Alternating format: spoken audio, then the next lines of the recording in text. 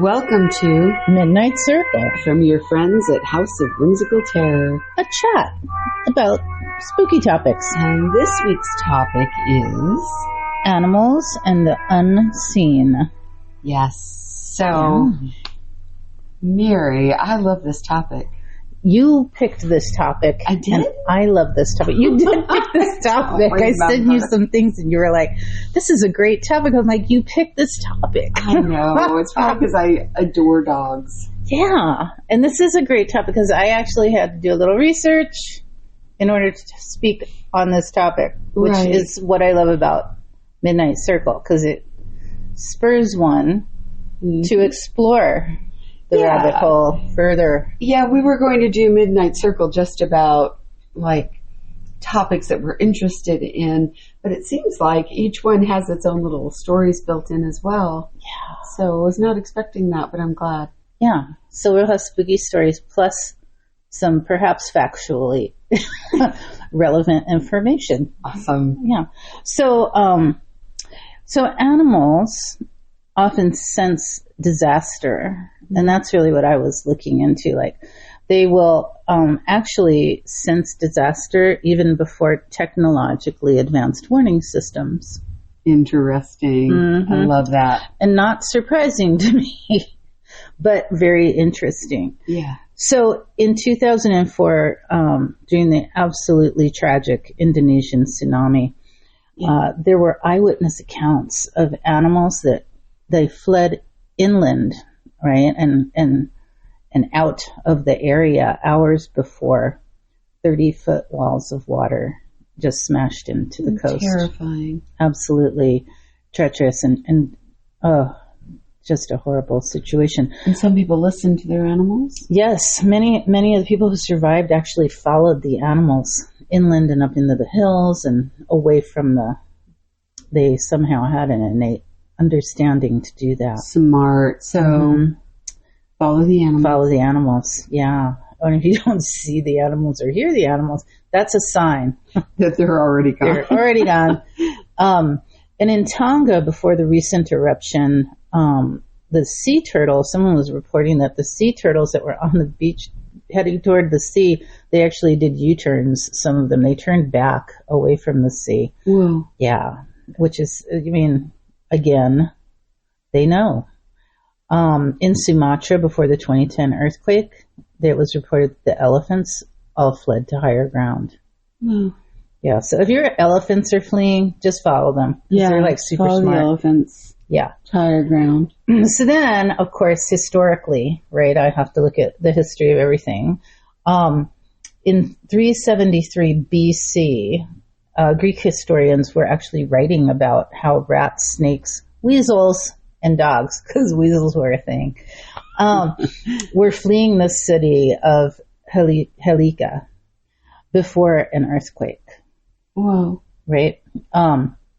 And there were thousands and just thousands of accounts of animals and the unseen stories throughout centuries, which I wasn't expecting, but it's the truth. Yeah, it makes you wonder about Pompeii if animals escaped and people didn't listen. Yeah, it did. It definitely made me wonder that. And I suspect, yes, they did.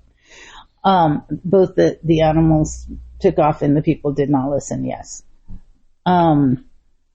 Perhaps some of the people did, I hope. So scientists are still trying to work out, like, how do animals know about impending disaster? So some of the things that they're researching are electrical changes in the atmosphere, carbon gas emissions and releases, changes in low-frequency sound waves, or like any combination of these, plus more ways in which animals, like, they're so highly evolved in their sensory systems.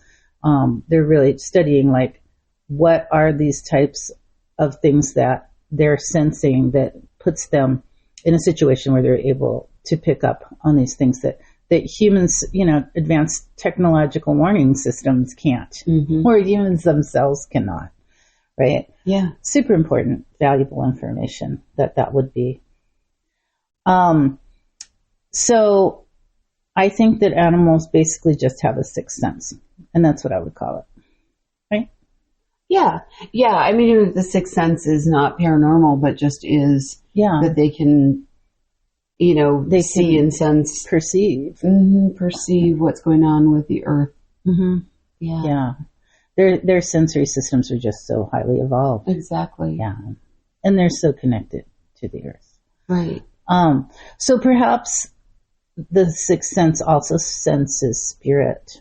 So speaking to a veterinarian, who's, was telling me about how, like, if there's a euthanasia, sometimes an owner will bring, like, the other animal in, like the other family dog, to visit the dog that passed. And there won't be, like, a recognition. They won't register death. They won't register the death. Like the dog, it's like they see the spirit alive. They see the spirit even after the dog passes. It doesn't register because they just see spirit, perhaps. Maybe so. I'd like to believe that. But then there's also things like in elephants, there's a lot of stories about how they exhibit extensive grieving behaviors. Right. So there's that. I just like to believe that animals have extraordinary insights into the unseen that we humans don't. Yeah. Right. And there, some of the things I was reading about, there isn't really a way to quantify that or even qualify it. Well, I guess you could somewhat qualify it, but there are definitely some things that dogs can do that are scientifically proven. For example, I was looking at the NIH.gov, and there's an article about dogs being able to sniff out cancer in human beings. Now, these are trained dogs, or dogs that have been given a little bit of training in sniffing these out in humans. So don't substitute your dog for going and getting diagnostic help from health professionals. Yeah, we're not advocating that. But on the other hand, this article says that the trained dogs had a higher diagnostic rate. Of course, like I said, they had trained them a little bit, and they are able to detect it in breath, like of humans, whether they have cancer. And the higher diagnostic rate was using tissue samples or urine samples. The dogs were able to just smell it on the breath without any samples of tissue or urine. And this is on NIH.gov.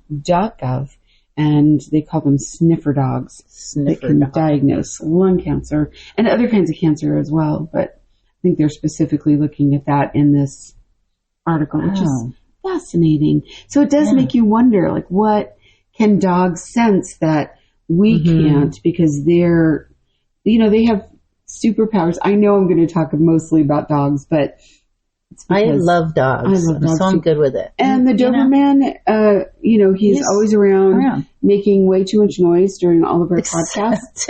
Except today. Yeah, because the podcast about the dogs, and he's not into it, I guess. He's like, it's all lies. But there are some facts around dogs. Yeah, we have some dog stuff. The olfactory receptors in dogs are like remarkable. Okay, so that was really me stuttering about olfactory receptors. In humans, we have 6 million. Dogs have 300 million. That's inconceivable. Yes.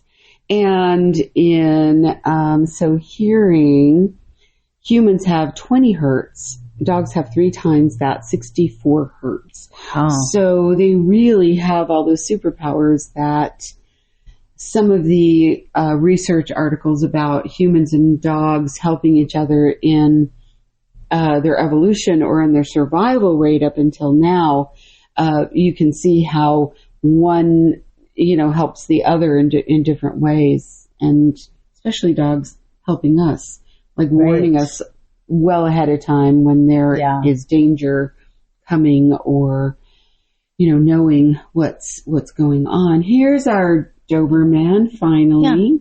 Yeah. Ignoring us.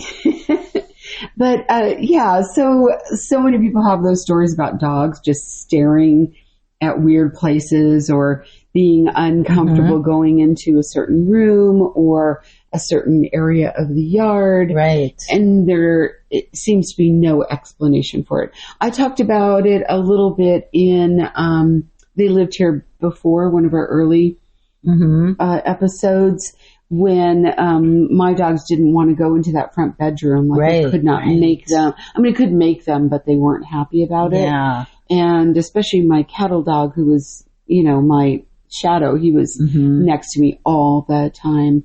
And he wouldn't go in there willingly. He would go in there if I made him. And I don't know what was in that room. The rest of the house, they're fine. So interesting about dogs seeing things. Yeah. I have a story about my cattle dog. So he was very well behaved, very well trained. He would do whatever I told him to do. He would not leave my side if I told him not to. It's absolutely true. I mean, I put him on a leash just because it was, the law, but I didn't have to. No. When I would take him out. He was like the best dog. He really was. And if I told him to, be quiet or stay in a room, he would do what he was told. So you want to tell him his name? No. And then he tell him his name. So one day we had a man came in. It was a handyman who was going to fix something in the house. And, before that day, he had to come over and do something in the side yard where I have a dog run. And so at the time I had 3 dogs and, he was one of them. The dog, not the handyman, the the cattle dog. And so he was apparently barking so aggressively, and he looked like a wolf. Like he looked scary, but he wasn't normally scary. Yeah. So the handyman called and he said, "Look, I can't get into the yard. The dog is like really aggressive and barking." And I was thinking, oh, it must be one of the other dogs. Can't be my dog. So I called the neighbor across the way. She did like dog rescue and different things. Her name was Luna. She was this lovely young woman. And I said, "Hey, there's a man who's fixing the irrigation system. Could you go over and, do something about my dog?" And she goes, "Really?" Like she was really confused because, he's such a good dog. She goes, "Okay." She called me not a few minutes, but I want to say about maybe 20 minutes later. And she said, "I got there and he was barking like he was going to kill that guy." And I said, "Really?" And she said, "Yes. I've never seen him act that way." And she knew him very well. She knew all of her dogs very well. Wow. She said, "I opened it and called him. He came right to me, put him in the other side of the yard where he would be, blocked off the big side of the yard." Yeah. And he was fine. And I went home. She said, "But I think you should be worried about the man who's fixing your stuff." And I said, "Oh." And, I thought, well, yeah, whatever.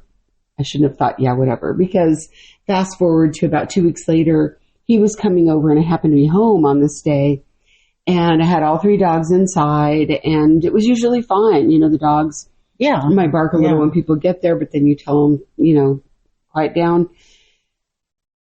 My dog would not stop. My cattle dog was just viciously I couldn't even, he wasn't harming the man, but he would not stop. And it was a bark like I'd never heard him. It was like a vicious bark. And no one, like kids could sit on this dog. You could do whatever. This dog was like totally, he was totally passive. Good with everything. You might get up and walk away or wait for me or come over and get me and say, "Hey, that person's bothering me." But other than that, like he would never on his own volition be barking like that at someone. And I kept telling him to stop. I was like, "Stop." And he wouldn't. And the man's just standing there and, kind of like smirking, like, your dog's out of control. And Luna's words went through my head, like, "You should beware."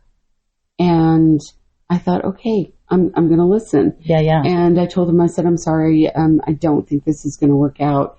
So thank you very much. And he left. But this is dog. We had people come in and fix electrical, plumbing, work on the roof and come inside and talk to us. Never a peep out of him.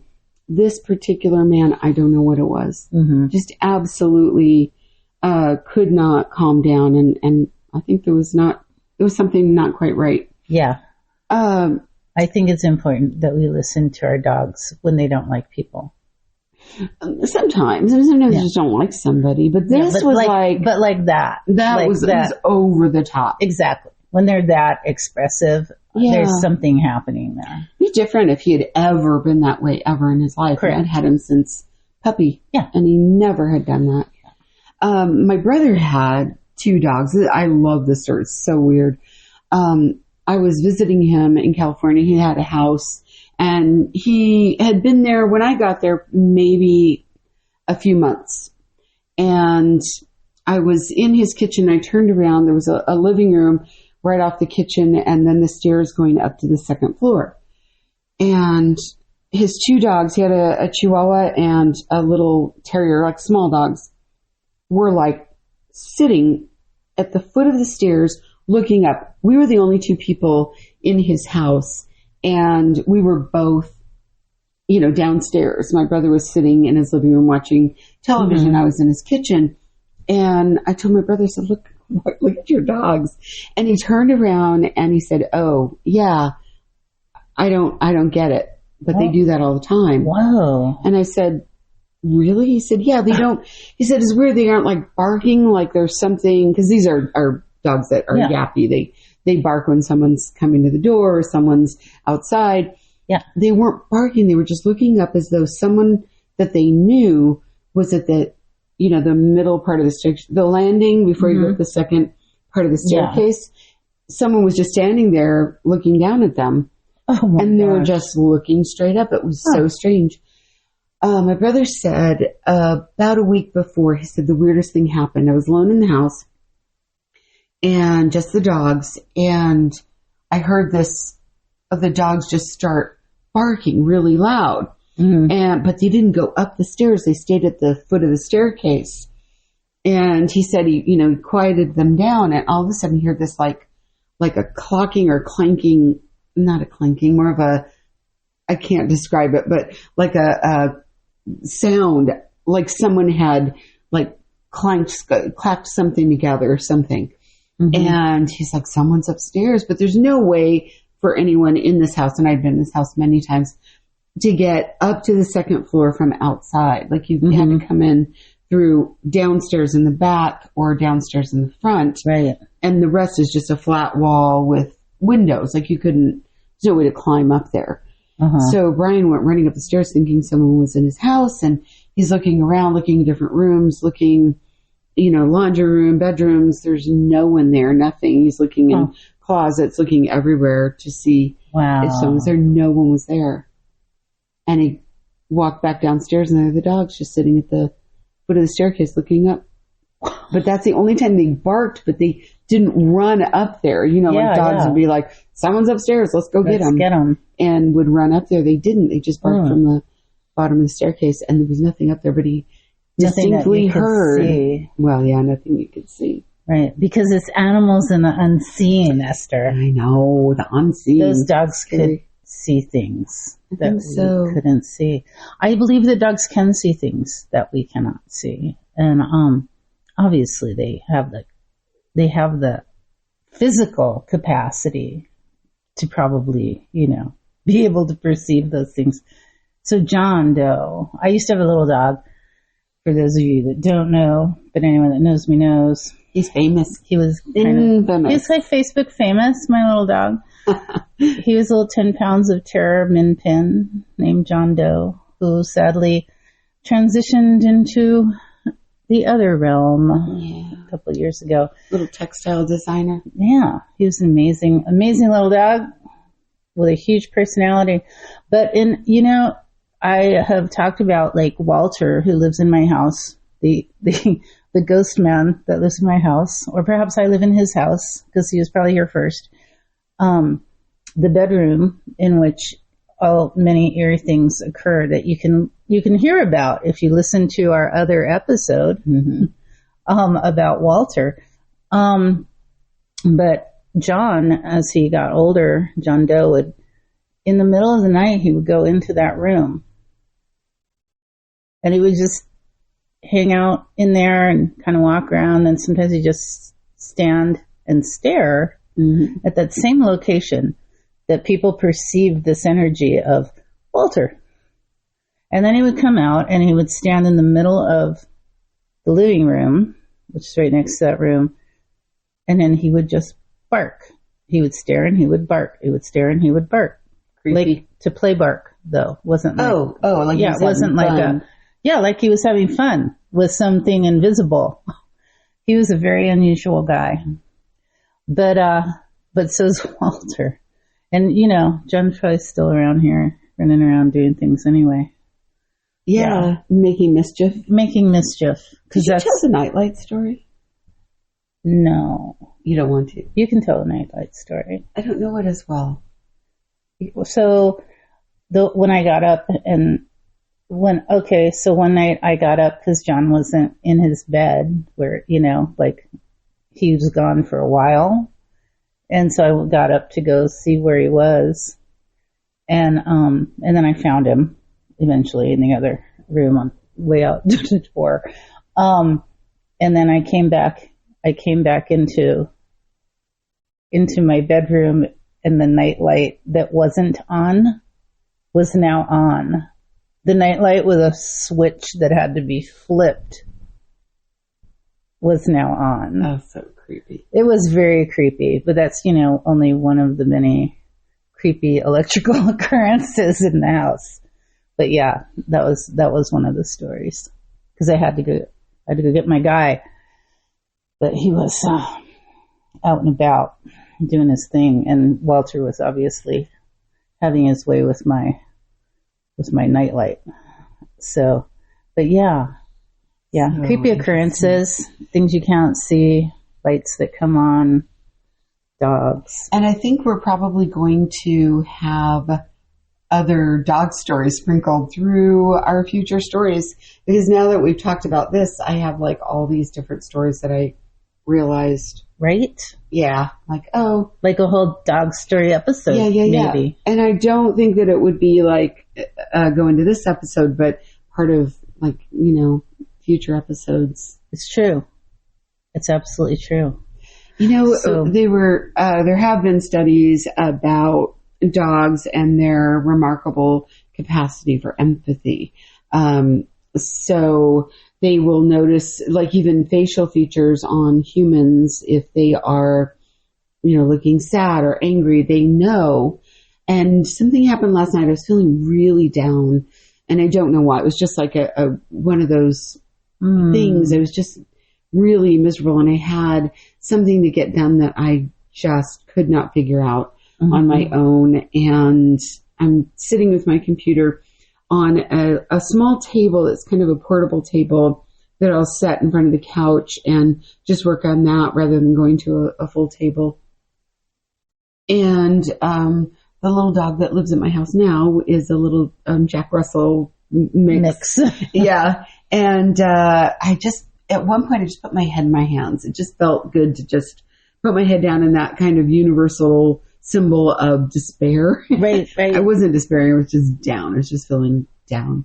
And all of a sudden I hear this like movement and like, sound of the wood creaking on the desk. And I look down and the little dog is like under the table, which he never does, under the table, and his little paws are up on my legs and his little face is trying to kiss me. I'm like, what's happening? Yeah. What happened with you? That's fantastic. Dogs are the best. Yeah. And we also love cats. It's like dog cats. We just love animals, and animals are amazing. And that sounds like our signal to. I guess it is. Because we're probably rambling Yes. about animals and the unseen. Yes. And everything else. And our housemates, all of you out there probably they're probably like, shut it off. clocked out a while ago. So yeah. if you're still with us, then we love you the most. That's right. That's right. And we'll be back with other Midnight Circles and House of Whimsical Terror and all the things. Our topic-based show. That's right. And we want to thank you for joining us for this rambling episode. And please follow us, tell your friends, stuff like that. Yeah. All right, bye. Talk to you soon.